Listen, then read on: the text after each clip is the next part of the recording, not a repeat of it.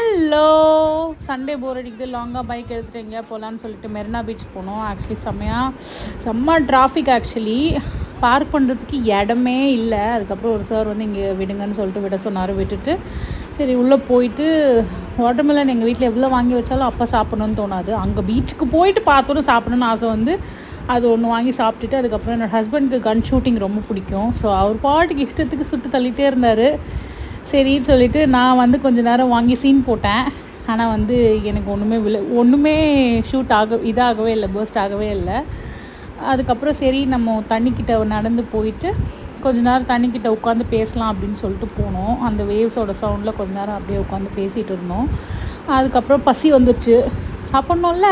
அப்புறம் சார்மினான்னு சொல்லிட்டு எங்களோட ஃபேவரட் ஷாப்பு, அங்கே squid, chilli squid, prawn, chilli beef வாங்கி சாப்பிட்டுட்டு கிளம்பிட்டோம். பாய்.